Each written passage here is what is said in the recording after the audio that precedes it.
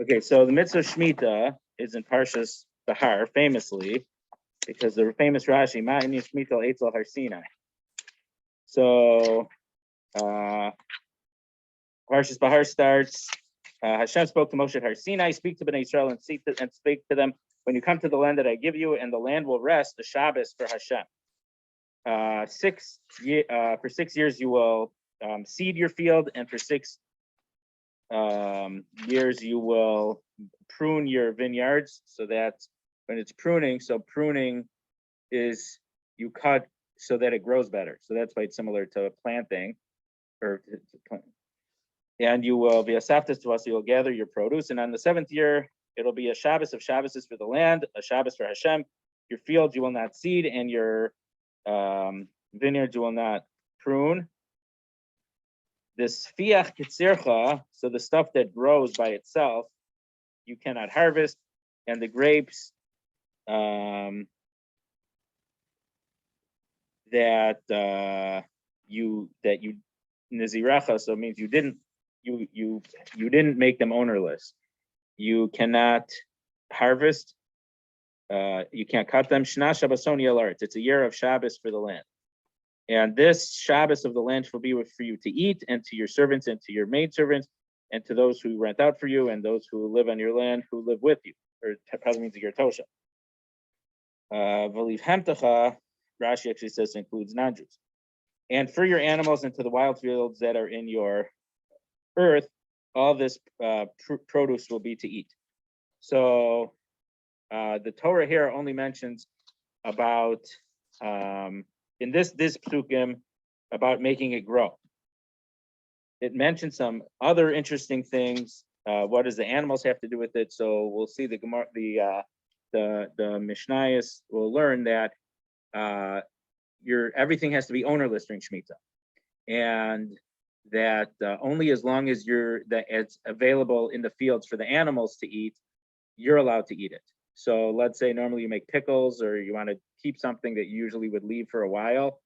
You're not allowed to do that on Shmita, because once it's not available in the fields for the animals to eat, you're not allowed to eat it anymore either. So then there's a whole special thing called bior that I think it's during Pesach, the year after Shmita. You have to, if you still have anything, you have to put it in the street and declare it ownerless, and that's called bior. So that's the mitzvah in Bahar. Now in last week's parsha,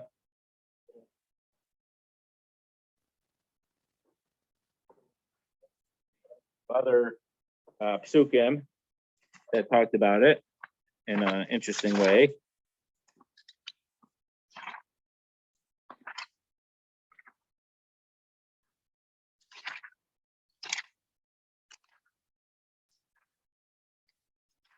So in the middle of Shishi, it talks about bribe. Then it says you can't oppress a ger. And then it says in 6 years you will seed your land and you will gather your produce. And on the 7th, it will be Shmita. You will let it be wild. You will rest from work and refrain from eating from it after the bior. Rashi brings a Gemara actually from the beginning of Moed Katan, because Gemara Moed Katan at the beginning of Moed Katan is a lot of stuff about Shmita. So Rashi's davar acher is that you will rest from complete things that are completely work, like plowing and seeding, and you will refrain from fertilizing and from, like, whether it's weeding things out or it's indirect forms of helping it grow. So that's not asur midiraisa, or it's not what we don't say in regard to Shmita. There's av malachos and toldos malachos, but it's almost a similar idea. That the main thing is plowing and planting on Shmita, and harvesting. Well, and but things of there's Mishnayos about it. We'll see about certain types of tree repair. You call the tree doctor because it's cracked and this and that. There's limits of what you could do. So you could fix it in a way that's not going to get worse, but you can't fix it in a way that's going to get better. And also in regard to, like, fumigating to get rid of insects that are damaging things, or like we said, fertilizing. So even though fertilizing isn't directly growing, there's limits to that. And then and the poor people will eat from it. So really everyone's going to be, it's considered everyone's going to be poor in regard to that everyone's equally, as everyone has equal dibs on the field. And what remains, the animals will eat it. This is what you do for your vineyards and your olive groves for 6 days. Then the next pasuk talks about Shabbos. For 6 days you'll do your work, and on the seventh day you'll rest, so that you and your ox and your donkey and will rest, and the servants and the gerim can also catch their breath. So why does it say Shabbos after Shmitta? So Rashi says, since the whole year is Shmitta, you're not plowing wherever the whole year, you might think you don't have to keep Shabbos. I'm not planting, so on Shabbos I have to refrain from plowing. So if the whole year is Shabbos, I don't need to keep Shabbos, the Saturday Shabbos. So that's why the Torah puts it there. That's what Rashi says.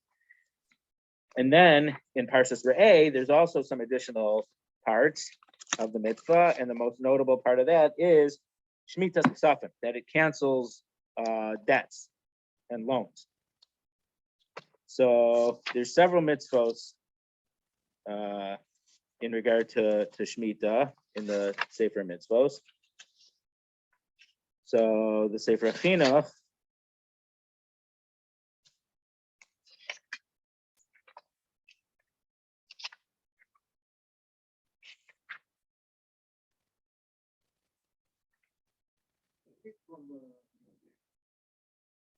so your field you have to let everyone else into, and you're just like them, and your neighbor, you're like him, and you could so there's also limits to how much you could take. No, so you can't swap. It has to be that everyone is able to eat it. Okay, so one mitzvah, and this is the chinuch 326. We cannot work the land on the Shemitah year, so that's a negative commandment. 327, we can't do trees also work also for trees, not just on the ground, vegetables and grains, but also trees.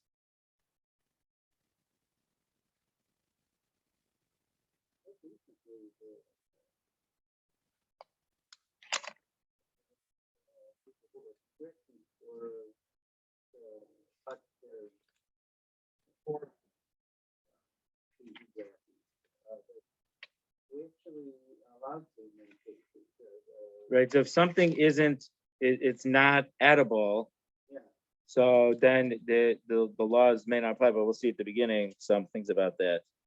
But yeah.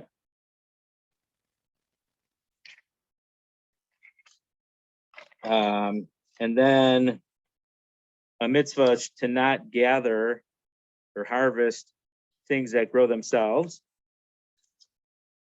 or from things that you had planted in the 6th year when it was allowed to plant.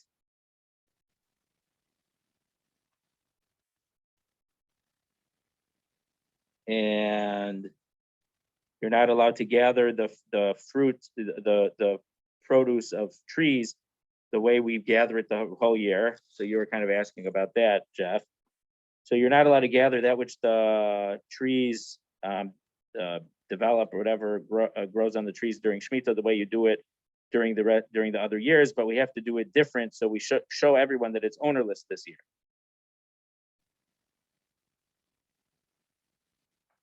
And then there's a mitzvah to count the 7 years to know when Shemitah is. And that mitzvah is given over to the Sanhedrin.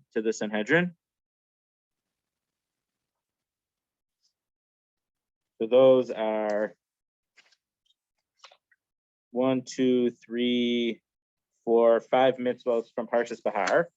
And then in Mishpatim, there's a mitzvah of Shmita, which is the positive commandment. So the chinuch starts out by declaring ownerless anything that comes out of the ground on the 7th year. And anyone who wants can get from that produce, because it says the poor person of your people could eat it, and the leftover the animals eat. So the Mechilta says whatever. So it means everyone, not just the poor people, but everyone is equal. And And then in Re'eh, we have the mitzvah of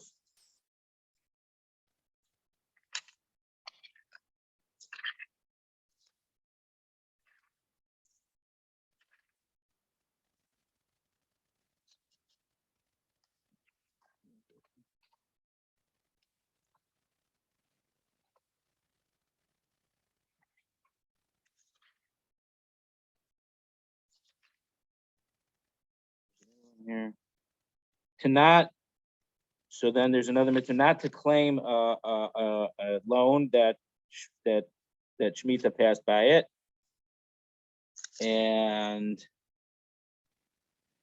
then there's a mitzvah that you should cancel all your loans in Shmita. So there's a negative commandment not to demand payment for it, and there's a mitzvah to cancel it. Not that there's really anything that you have to do. So, and then there's a mitzvah that he counts not to hold back from lending before Shmita, because you think, oh, if he waits a little bit, or if I do a regular year loan like we normally do, Shmita is going to cancel it out or whatever, you're not allowed to not lend. So there's a lot of mitzvahs in regard to Shmita. So right off the bat, according to just about everyone, Shmita nowadays is only rabbinic. According to the Rambam, though, it is midiraisa, and people, the most part, tend to not pass like the Rambam. But according to the Rambam, so an interesting question comes up, and I don't have a good answer for it, even though I did I asked Rabbi Reese once, the last Shmita, about it, and he said he was going to give a different share about it in YU.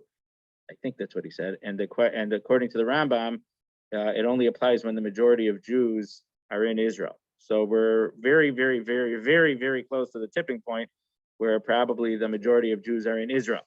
So would that then trigger something in the Rambam?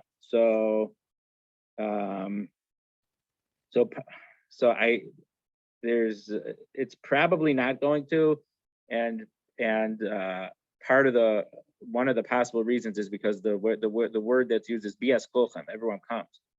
Now at this stage, it's not getting the majority necessarily because people are coming to Israel. People who already been there, there's obviously a birth rate and stuff. So it's kind of going to happen without a kibbutz galius type thing. In the time of Ezra, maybe even not the majority came, but there was a very clear group of people who went up, and there was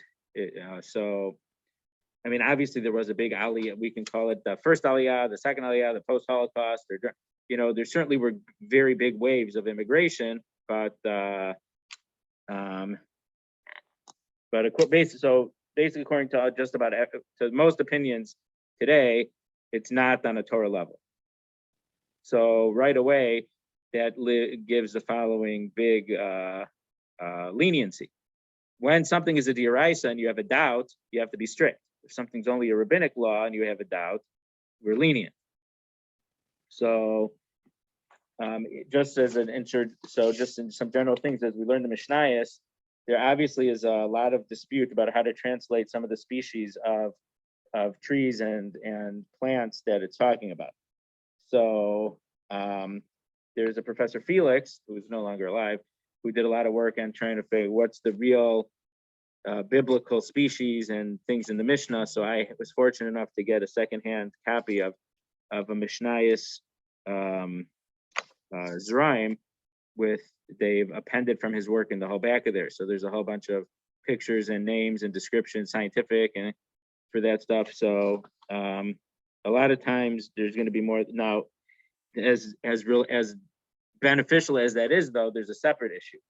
And that issue is that Masorah plays a big role. So if the Masorah has been to treat something as Shmita or is not Shmita, the fact that he did his research and felt that something is or isn't not usually enough to change the Masorah. For example, he says that, I believe, with the 5 grains that we usually say are wheat, barley, oat, rye, and spelt, he feels that oat is not, it didn't grow in Israel, and it can't be talking about what when we talk about the chameshes minei dagan that we make mizonos on, it can't be oats. I don't remember what he has in its place. So according to him, oat bread wouldn't be hamotzi, oats wouldn't be mizonos, and according to him, you couldn't use oat matzahs on Pesach.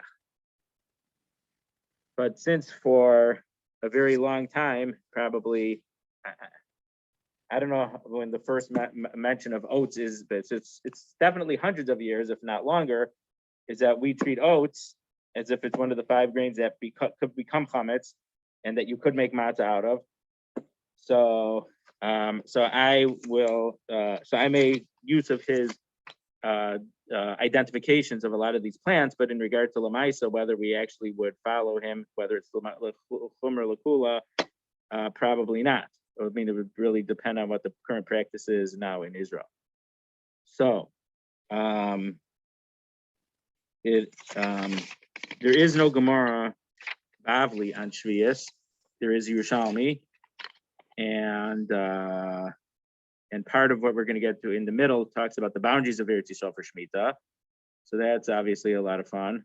But there's a lot of interesting stuff, and then there's a lot of technical, boring stuff, like certain types of species that they made dyes out of to dye clothing and wool and things like that. So which plants are significant enough that it's, you were asking ornamental, so if you use it for its product, then the laws of Shmita might apply to it. So some of that stuff is not as, we're not used to it because we don't dye our own clothes anymore, but I guess there was a time it happened. So God willing, we will next week start the Mishnayos and bank through that, and then probably after we just go through the Mishnayos, then go through source books to discuss the halachos of Shmita.